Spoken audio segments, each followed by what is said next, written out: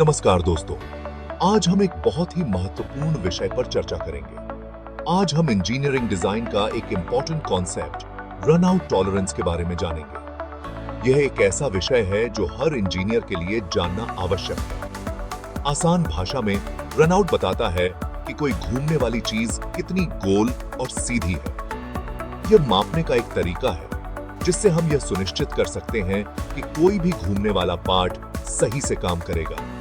ये चीज बहुत जरूरी है ये कंफर्म करने के लिए कि जो पार्ट्स हम बना रहे हैं वो सही से फिट हो और स्मूथली काम करें। अगर पार्ट्स सही से फिट नहीं होंगे तो पूरी मशीनरी पर इसका असर पड़ेगा। सोचो कि आप एक कार का पहिया बना रहे हैं। पहिया सही से गोल होना चाहिए ताकि कार स्मूथली चले। अगर पहिया बिल्कुल गोल नहीं होगा तो कार हिलते हुए चलेगी। इससे न केवल ड्राइविंग अनुभव खराब होगा बल्कि सुरक्षा पर भी असर पड़ेगा। रन आउट टॉलरेंस ये पक्का करते हैं कि पहिए और बाकी घूमने वाले पार्ट्स सही से काम करें। यह सुनिश्चित करता है कि सभी पार्ट्स एक दूसरे के साथ सही से इंटरैक्ट करें। रन आउट टॉलरेंस दो तरह के होते हैं, समग्र रन आउट और संपूर्ण रन आउट। दोनों के अपने अपने महत्व और उपयोग हैं। चलो इनके बारे में डिटेल में जानते हैं। यह समझना बहुत महत्वपूर्ण है ताकि हम अपने डिजाइन को और भी बेहतर बना सकें। समग्र रनआउट, जिसे सर्कुलर रनआउट भी कहते हैं, यह मेजर करता है कि कोई चीज कितनी गोल है जब वो एक जगह पर घूमती है। यह देखता है कि उस चीज पर कोई उभार या गड्ढे तो नहीं है जो इसे एक परफेक्ट सर्कल से अलग बनाते हैं। मान लो आप एक रॉड के लिए समग्र रनआउट सेट करते हो तो आप ये कंफर्म कर रहे हो कि पूरी रॉड एक लिमिट में गोल रहे जब वो घूम रही हो। ये बहुत जरूरी होता है पार्ट्स के लिए, जैसे बेरिंग्स और सील्स जो रॉड पर लगते हैं। वहीं दूसरी तरफ संपूर्ण रनआउट समग्र रनआउट से ज्यादा बड़ा मेजरमेंट है। ये सिर्फ गोलाई को नहीं देखता बल्कि ये भी देखता है कि वो चीज ऊपर नीचे या अंदर बाहर कितनी हिल रही है जब वो घूम रही होती है। सीधे शब्दों में ये देखता है कि क्या वो चीज एक परफेक्ट सिलेंडर के अंदर ही घूम रही है।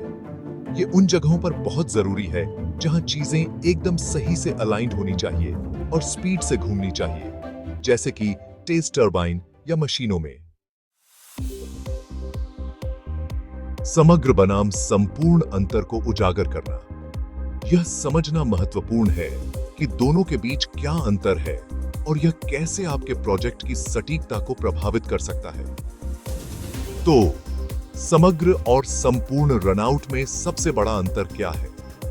यह जानना जरूरी है कि दोनों का उपयोग कहां और कैसे किया जाता है। समग्र रनआउट सिर्फ गोलाई को मेजर करता है, जो कि किसी भी गोलाकार वस्तु के लिए महत्वपूर्ण है, जबकि संपूर्ण रनआउट गोलाई के साथ साथ ऊपर नीचे और अंदर बाहर होने वाले मूवमेंट्स को भी देखता है, जिससे यह अधिक कॉम्प्रिहेंसिव हो जाता है, जो उस चीज को एक परफेक्ट सिलेंडर से अलग बना सकते हैं। यह डिविएशंस को पहचानने में मदद करता है। समग्र रनआउट उन जगहों के लिए ठीक है जहां गोलाई जरूरी है, जैसे कि साधारण गोलाकार भाग, लेकिन थोड़ा बहुत ऊपर नीचे या अंदर बाहर होना चलता है।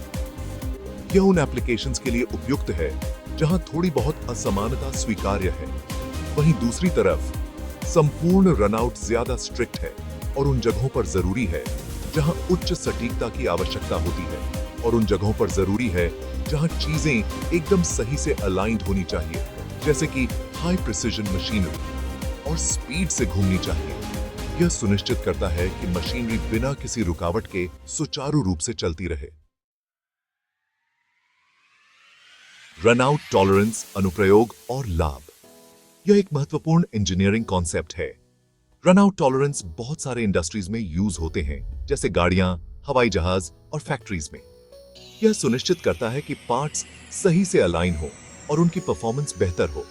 इनका यूज पार्ट्स की सटीकता और मजबूती के लिए होता है, जैसे इंजन के पार्ट्स जो हाई प्रिसिजन और ड्यूरेबिलिटी की डिमांड करते हैं, पहिए, गियर्स, बेयरिंग्स और भी बहुत कुछ। ये सभी कंपोनेंट्स रनआउट टॉलरेंस के बिना सही से काम नहीं कर सकते। रनआउट टॉलरेंस को समझने के बहुत फायदे हैं। यह इंजीनियर्स को डिजाइन और मैन्युफैक्चरिंग प्रोसेस में मदद करता है। इससे इंजीनियर्स को क्लियर इंस्ट्रक्शंस मिलती हैं, जिससे वो पक्का कर सकें कि पार्ट्स सही से फिट हों और असेंबली प्रोसेस स्मूथ हो, कंपन और आवाज कम हो, जिससे प्रोडक्ट की रिलायबिलिटी और यूजर एक्सपीरियंस बेहतर हो और प्रोडक्ट की क्वालिटी और परफॉर्मेंस अच्छी हो। यह अल्टीमेटली कस्टमर सेटिस्फैक्शन को बढ़ाता है। मुझे उम्मीद है कि आपको रन आउट टॉलरेंस की यह छोटी सी जानकारी पसंद आई होगी। यह कॉन्सेप्ट आपके प्रोजेक्ट्स में बहुत उपयोगी साबित हो सकता है। अगली बार मिलते हैं एक और मजेदार इंजीनियरिंग कॉन्सेप्ट के साथ। तब तक के लिए हैप्पी इंजीनियरिंग।